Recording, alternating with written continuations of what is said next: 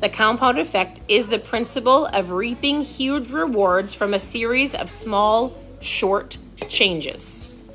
There's lots of things we're going to talk about. I wish I could just give it to you all wrapped up in a bow in like 30 minutes. He says, what's most interesting about this process to me is that even though the results are massive, the steps in the moment don't feel significant when you are working on fat loss. If you don't see significant results in a week or 2 weeks or 3 weeks, do you give up? A lot of people do. You can achieve what you want. It might not be the time frame that you want, but you have to be okay with the hard work, and you have to be okay with the small steps that other people are not going to celebrate you right away. You're going to have to do it.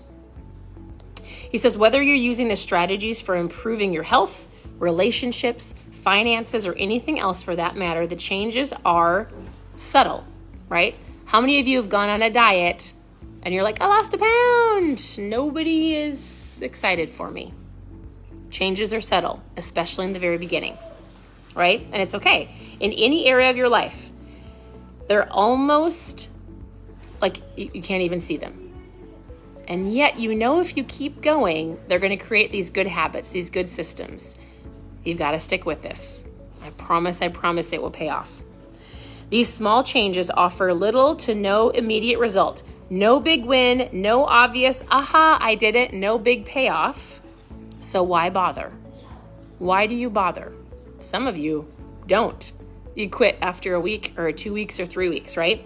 Most people get tripped up by the simplicity of the compound effect. So for instance, they quit after day 8 of running because they're still overweight. Or they stop practicing the piano because they're not a professional after 2 weeks.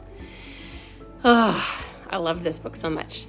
He says what they don't realize is that these very small, seemingly insignificant steps completed consistently over time will create a radical difference.